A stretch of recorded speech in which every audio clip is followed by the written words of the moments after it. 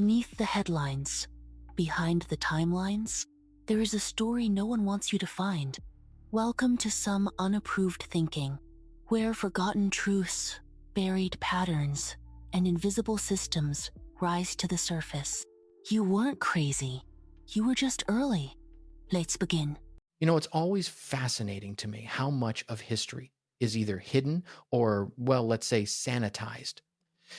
After all, what happens when the narrative we're told doesn't quite add up? Last time, we talked about the removal of public bells and what that might signal about our current world. But today, I want to dive into something even deeper, something that could shake your understanding of Japanese history to its core. Most people don't know that on August 15th, 1945, the exact day Japan's Emperor Hirohito broadcast the Gyokuon Hoso, the so-called jewel voice broadcast announcing surrender, American military officials were already inside the imperial palace. Not to accept the surrender, to erase something. And what most history books won't tell you is that the night before that broadcast, there was a coup attempt, the Kyujo incident. A group of Japanese military officers stormed the imperial palace grounds on August 14th, trying to destroy the surrender recording before it could air. They failed. But in the chaos of those 24 hours, coup attempt, surrender broadcast, palace in upheaval, American intelligence teams moved fast. This is some unapproved thinking. Thank you to our sponsor, the Dark Horse Entrepreneur Podcast. Unlock your potential with the Dark Horse Entrepreneur AI Escape Plan, the podcast empowering hardworking parents to break free from the 9-to-5 grind through AI-powered side hustles. Check them out at darkhorseentrepreneur.com. Now back to the show. The official story says Japan's imperial records were preserved, protected, archived with reverence by Allied forces. That's what you read in every textbook, every documentary, every version of history taught in schools worldwide. But declassified documents, real ones, not conspiracy blogs, tell a different story. And the deeper you look, the more you realize we've been told a carefully constructed lie about what those documents actually contained. Here's what happened. During the final weeks of World War II, as American forces closed in on the Japanese mainland, military planners made a decision, a specific decision. They identified certain imperial archives, not all of them, just specific ones, as strategically sensitive. That's the actual language used in the memos. Strategically sensitive, not dangerous weapons, not military blueprints, records, knowledge. Information so threatening that grown men with clearances decided it had to vanish. On September 2nd, 1945, when General Douglas MacArthur accepted Japan's surrender aboard the USS Missouri, millions of classified Japanese documents were already in American custody. The National Archives' interim reports confirm the scale. Think about that number. That's not a small collection. That's an entire civilization's institutional memory, government records, imperial correspondence, scientific research, biological warfare research. And something else. Something the declassified documents hint at but never quite name directly. The unit doing the actual work on the ground was the Allied Translator and Interpreter Section, ATIS. Their job was officially translation. Their real job in those first weeks of occupation was triage, deciding what the world would be allowed to see.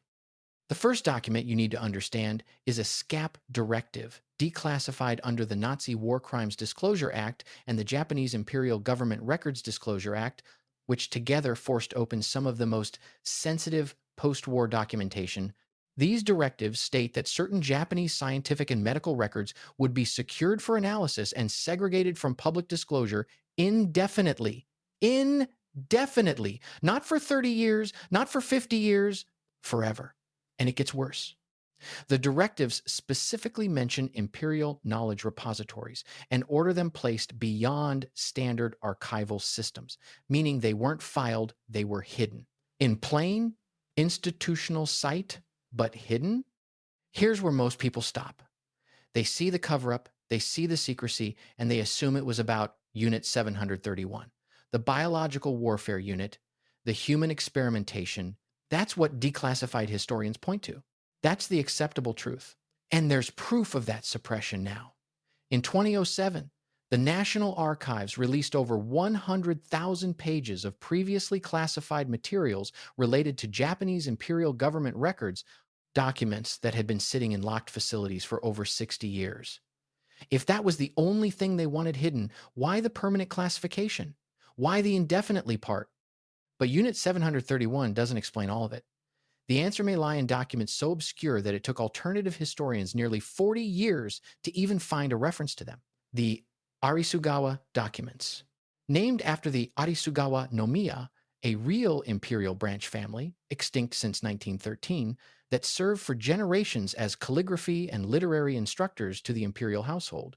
They maintained administrative records, imperial correspondence, cultural materials going back centuries. These weren't military records, they were historical records. Records about Japan's origins, its actual historical timeline, its relationship to neighboring civilizations. In 1947, one memo, exists in the National Archives mentioning these documents specifically.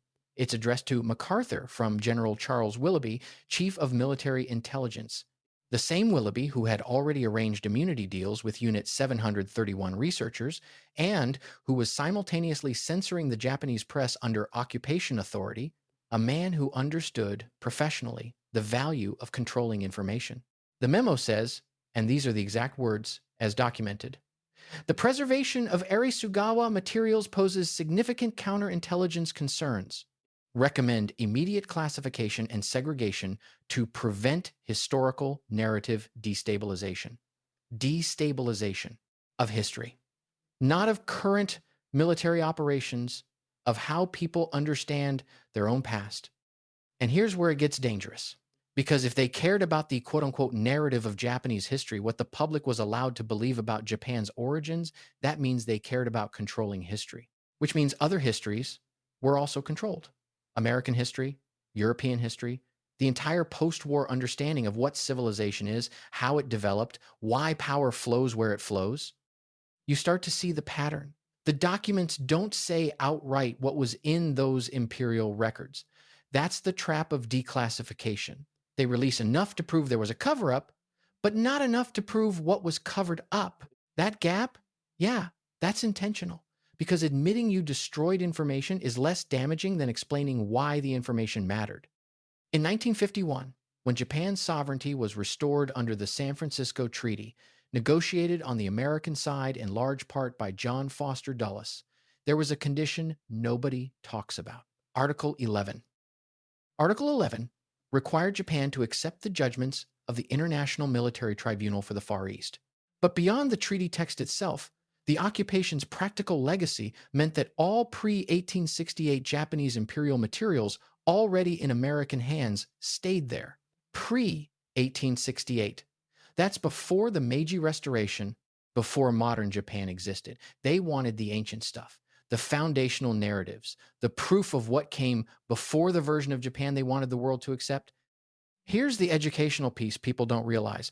Japan's pre-imperial records contain something unique in 1945, a continuous written history going back further than almost any other major civilization, unbroken genealogical records, astronomical observations, trade documentation, migration patterns, documents like the Tenno Kozoku Jitsuroku, the compiled imperial family records, represented the kind of institutional continuity that no Western power could match. And all of it created a framework for understanding human history that didn't center around Europe, that didn't center around the Western world as the inevitable apex of all civilization. Think about why that matters to a post-war American military establishment. You've just won. You're about to reshape the entire global order. Japan's economic future will be decided by Americans. Japan's political system will be rewritten by Americans. Japan's historical narrative, the way Japanese people understand themselves, will be filtered through American permission. And in those imperial archives are records that suggest Japan had sophisticated civilization, knowledge systems, and global influence while Europe was still fragmented and vulnerable.